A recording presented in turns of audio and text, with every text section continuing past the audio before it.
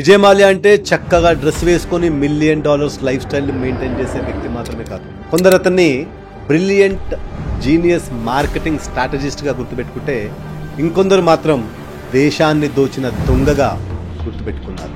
రీసెంట్గా విజయ్ మాల్యా చేసిన ఒక పాడ్కాస్ట్ సెన్సేషన్గా మారింది. Subsequently, चोर पैसा लूट के भाग गया.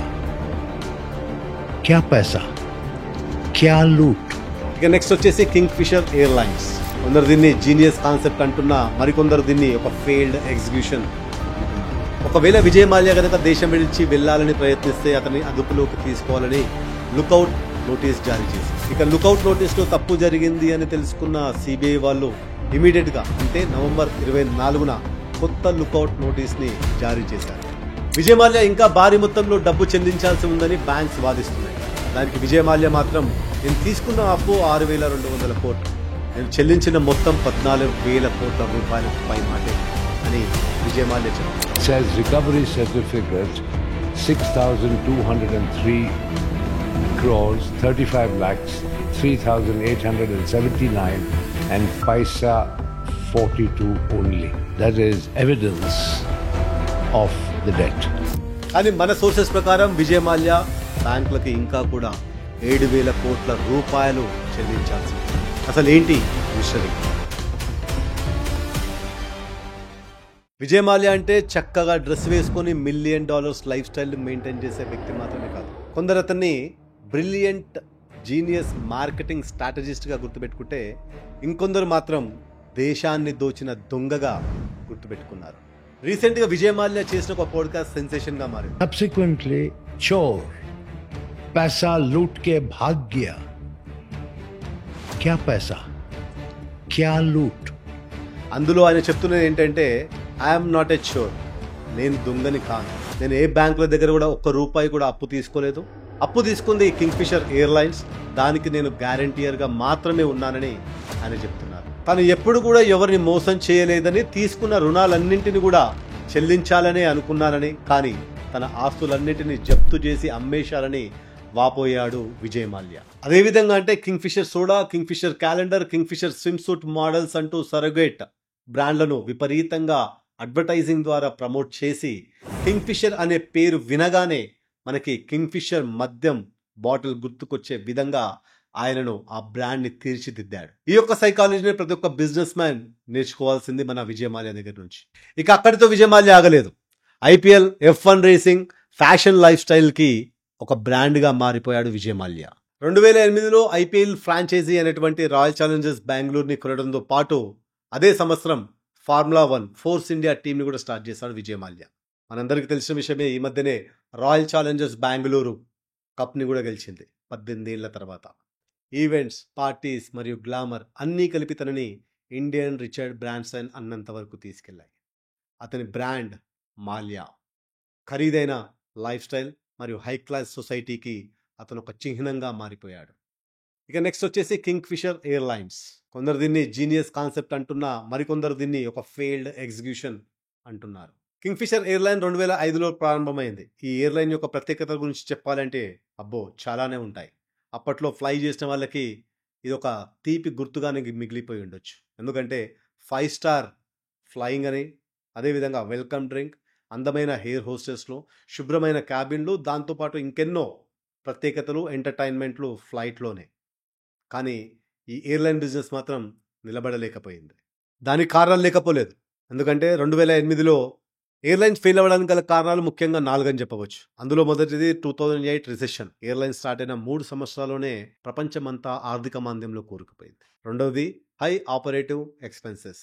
దానికి తోడు ఇప్పటిలాగా అప్పట్లో ఎయిర్ ట్రాఫిక్ అంతలా ఉండేది కాదు. దాంతో ప్యాసింజర్లు రోజు రోజుకి తగ్గిపోయేవారు. అదేవిధంగా ఇంటర్నేషనల్ లైసెన్స్ కోసం డెక్కన్ ఏవియేషన్ ని దీంట్లో మర్జ్ చేయడంతో భారీగా అప్పులు పెరిగిపోయాయి మన కింగ్ ఫిషర్ ఎయిర్లైన్స్ లో.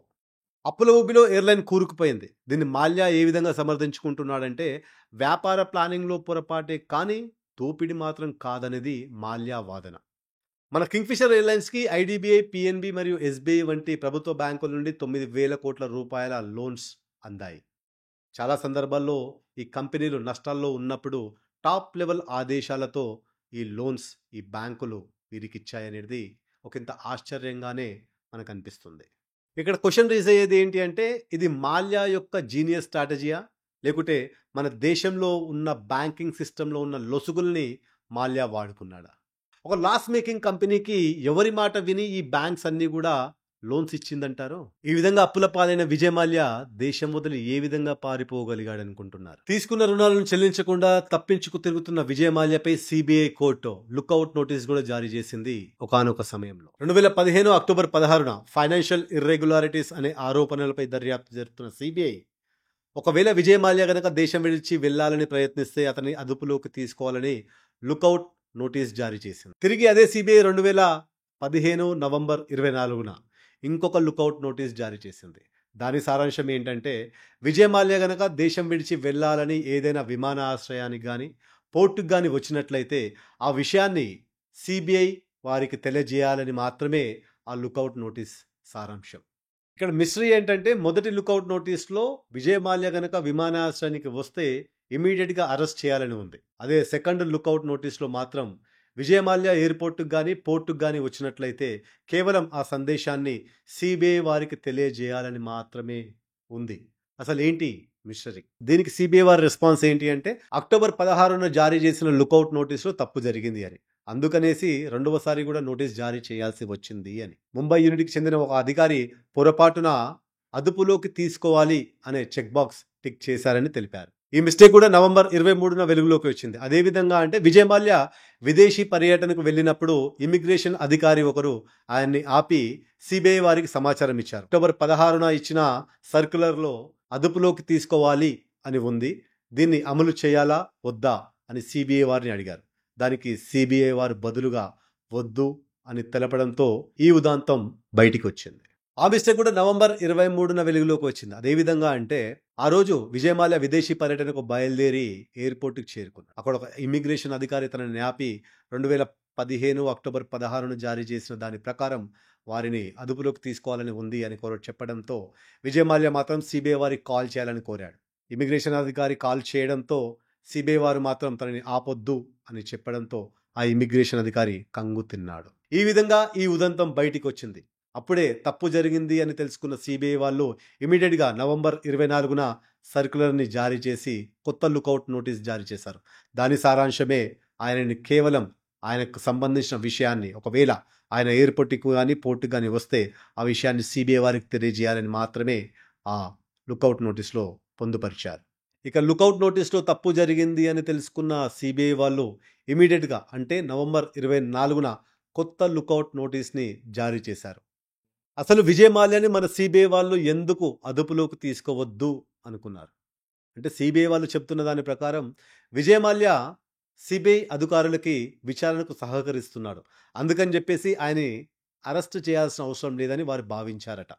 అందుకే కొత్త లుక్అవుట్ సర్క్యులర్ ప్రకారం మాల్యా ప్రయాణ వివరాలు మరియు భారత్ నుండి బయలుదేరే సమాచారాన్ని మాత్రమే ఇమ్మిగ్రేషన్ అధికారులు తెలియజేయాలని ఆ సర్క్యులర్లో పొందుపరిచారు. 2015 నవంబర్ 23, 24 పర్యటన తర్వాత కూడా విజయ్ మాల్యా డిసెంబర్లో తిరిగి విదేశీ పర్యటన చేశాడని, సిబిఐ వాళ్ళకి ఆ విషయాన్ని ముందే చెప్పాడని సిబిఐ వాళ్ళు తెలియపరిచారు.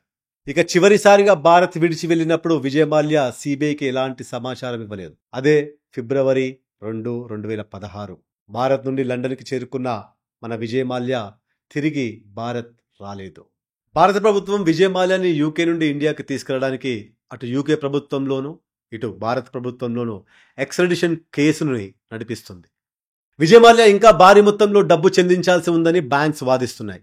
దానికి విజయ్ మాల్యా మాత్రం, నేను తీసుకున్న అప్పు 6,200 కోట్లు, నేను చెల్లించిన మొత్తం 14,000 కోట్ల రూపాయలకు పై మాటే అని విజయ్ మాల్యా చెప్తున్నాడు. Says recovery certificate 6,203 crores 35 lakhs 3,879 and paisa 42 only. That is evidence of the debt. ఆయన చెప్తున్న దాని ప్రకారం నేను మాత్రం 6,203 కోట్ల 35 లక్షల 3,873 రూపాయల 42 పైసలు మాత్రమే అప్పు తీసుకున్నానని, ఈ 9,000 కోట్ల రూపాయల ఫిగర్ ఎక్కడి నుంచి వచ్చిందో నాకు తెలియదు అని మాల్యా వాదిస్తున్నాడు. ఆయన చెప్తున్న దాని ప్రకారం నన్ను పొలిటికల్గా మరియు ఇతరత్ర రీజన్స్ వల్ల టార్గెట్ చేస్తున్నారని, ఆల్రెడీ ఫైనాన్స్ మినిస్ట్రీ రిపోర్ట్ ప్రకారం 14,100 కోట్ల రూపాయలు రికవరీ చేసేశారు. కానీ మన సోర్సెస్ ప్రకారం విజయ్ మాల్యా బ్యాంకులకి ఇంకా కూడా 7,000 కోట్ల రూపాయలు చెల్లించాల్సి ఉంది. సో హర్షద్ మెహతా, నీరవ్ మోడీ, లలిత్ మోడీ లాగా విజయ్ మాల్యా కూడా ఎగ్జిట్ ప్లాన్ బాగా స్ట్రాటజిస్టిక్ గానే ప్లాన్ చేశాడనే చెప్పవచ్చు. ఇంకా విస్తుపోయే విషయం ఏంటంటే వీళ్ళందరూ కూడా ఒక్కో సమయంలో ఒక్కో గవర్నమెంట్తో సంబంధం ఉన్న వాళ్ళే. ఇక ఫైనల్గా ప్రశ్న మీకే, విజయ్ మాల్యా తప్పు చేశాడా, తప్పు చేసి తప్పించుకున్నాడా, లేక అతని ప్లాన్ ఫెయిల్ అయిందా, అతను ఒక జీనియస్ వ్యాపారవేత్త లేక ఫైనాన్షియల్ ఫ్రాడా అనేది మీ అభిప్రాయాన్ని కామెంట్ రూపంలో తెలియజేయండి. సో వ్యూవర్స్, ఇది ఐఎమ్ నాట్ షూర్ అనే పాడ్కాస్ట్ నుంచి మేం సేకరించిన విషయం. మా ఈ ప్రయత్నం మీకు నచ్చినట్లయితే మా ఛానల్ని సబ్స్క్రైబ్ చేయండి, లైక్ చేయండి మరియు షేర్ చేయండి. చివరి వరకు ఈ వీడియో చూసినందుకు మనస్ఫూర్తిగా ధన్యవాదాలు తెలుపుకుంటూ మీ బొమ్మిశెట్టి మహేష్. జై హింద్.